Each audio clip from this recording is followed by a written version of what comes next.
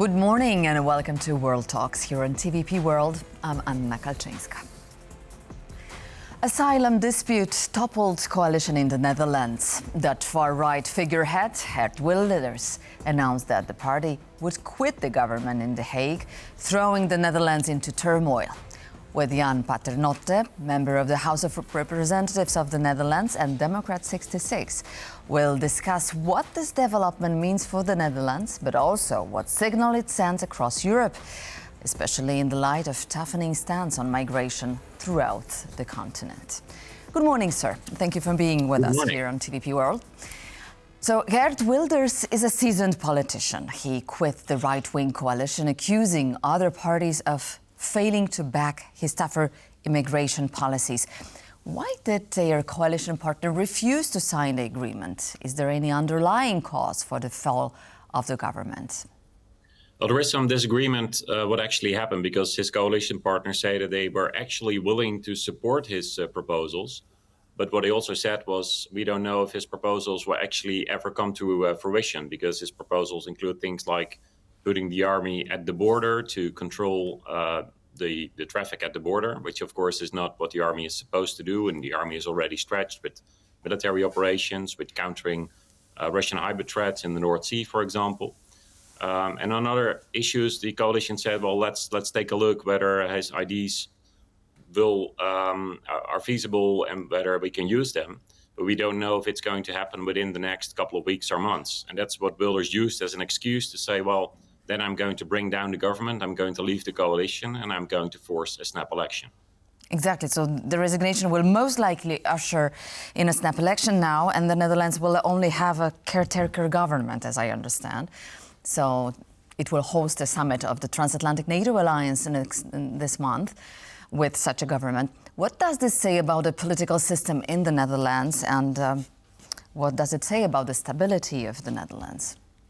Well, the Netherlands is used to having caretaker governments, and the previous caretaker government was pretty decisive on many issues and actually got a lot of legislation passed. So having a caretaker government doesn't mean that there's a total standstill. But I think you mentioning the NATO summit is quite right, because at the NATO summit, the Netherlands will have to commit to 3.5% in defense spending. 3.5% of our economy has to be spent on defense. In Poland, for example, it already plans to get to 5%, but the Netherlands is currently at 2%. So this means 16 to 17 billion euros extra in defense spending, which will have to come from either cutting taxes or cutting spending or raising taxes. And the sense among many is that Geert Wilders simply didn't want to cut spending, but also didn't want to raise taxes, and that's why he got out of the coalition. Interesting. And what's the level of public support for anti-immigration policies in the Netherlands, actually? I think many people in the Netherlands want more control over our borders, want more sensible migration policies, which also include people learning the Dutch language sooner than they can at the moment. That's also what my party supports, making sure that the people who get here legally, that they can start working and start learning the language as soon as possible.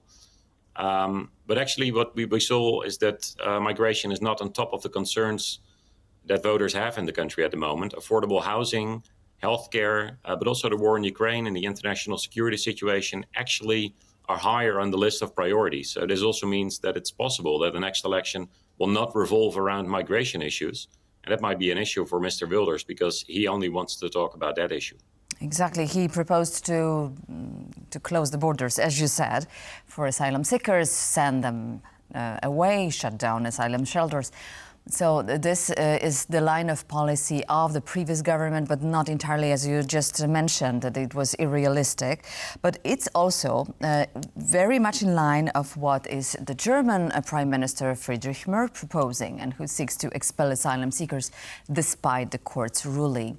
Now, with Giorgia Meloni also pursuing her line of anti-immigration, what could be the consequence of the Dutch coalition conflict on the future of European agenda on immigration? Well, I think there's still broad support in the Netherlands for strong European migration policies. So in that sense, we could support the European migration package, for example.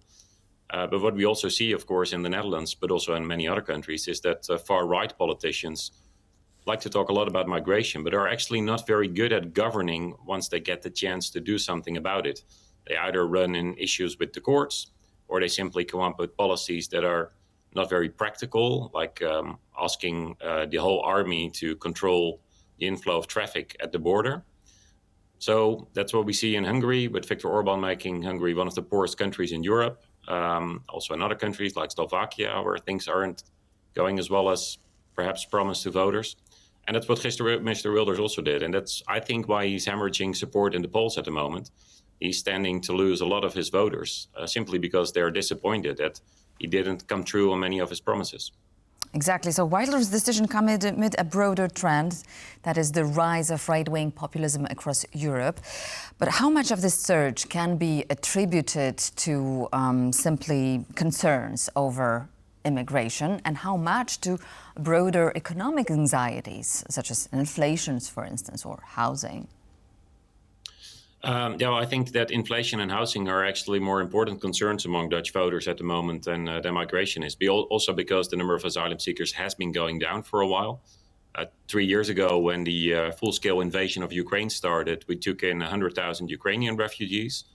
Not as much as Poland did by a long way, but still, if you put that on top of the number of asylum seekers and labor migration, there was a lot of people coming into this country in just 1 year. That number has gone down significantly. So that also has caused, I think, that concern to not be as high on the list of priorities of voters as it was 2 or 3 years ago.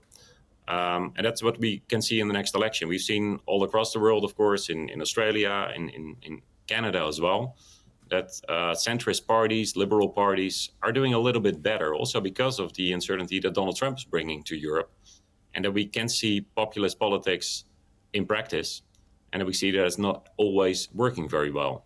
And there's a difference, of course, in the governing style of people like Giorgia Meloni in Italy, who is more supportive of Ukraine, of the European Union, and politicians who are basically focused on undermining the international cooperation, which many voters now come to see as being a very important hallmark of stability in Europe and of economic prosperity.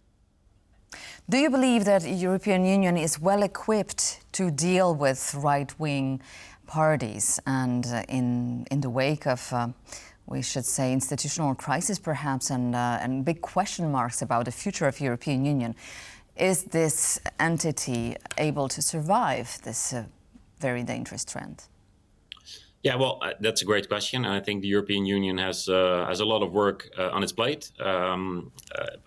Showing the voters that we can manage to control migration flows in Europe and that we have control over our borders is very important, because that's indeed one of the concerns that caused many voters to say, well, now I'm going to try out a completely different style of politics.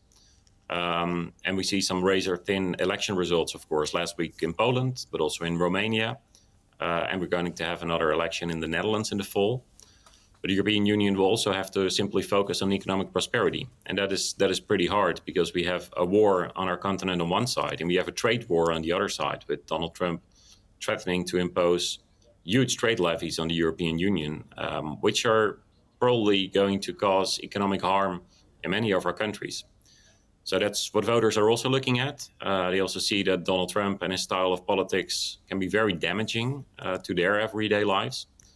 That's, on the other hand, I think, a reason for many people to say, well, I want some professionals in power. I want people to run this country who have shown that they can deliver results. And that's at least what I'm going to tell voters. Vote for a party that has shown that it can deliver results. Exactly. So coming back to the decision by the Dutch government on the defense spending, what is that you're expecting now with the caretaker government? I think for the defense spending, it's actually good news that the government has been brought down, because now it's possible to form an interim coalition just for this issue with parties in the political center, from the center left to the center right. Already yesterday, I tabled a motion calling on the government to put the 3.5% mark in the budget. It almost passed. I just came one vote short, so we need to do a little bit of negotiation. But I think it's actually going to be a little bit easier now, because Mr. Wilders, he was simply afraid of going for the 3.5%, because if you're honest with voters, it means that you either have to cut spending or raise taxes or do a little bit of both. Well, that's something that he didn't want to do, and that's why I think he brought down the government. So that's good news for Donald Trump, basically, in terms of spending on defense on the part of the Netherlands. And how about the overall plan of Donald Trump for Europe? How do you see it? Yeah, well, I think the way Donald Trump is talking about Europe is very, very strange, because what he basically says is the European Union was created to screw America. That's literally what he said. It's of course not true. The European Union was created to prevent another war happening on our continent. And it's the most important basis for economic prosperity, but also security in Europe. What I have seen over the past couple of weeks is that Donald Trump is talking about Vladimir Putin in a different way, and that is a positive, because we've seen Ukraine being extremely effective in countering Russian aggression over the past couple of weeks, especially, of course, with the brilliant operation in the past weekend, destroying a large part of the Russian strategic bomber capacity.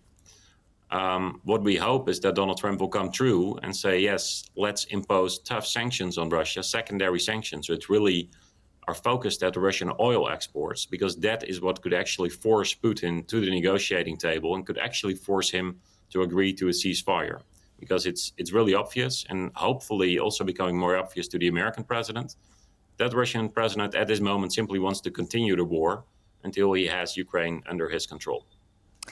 Thank you much, Sir Jan Paternotte, a member of the House of Representatives of the Netherlands and Democrat 66, was our guest this morning here on World Talks. Thank you so much for being with us, and see you soon.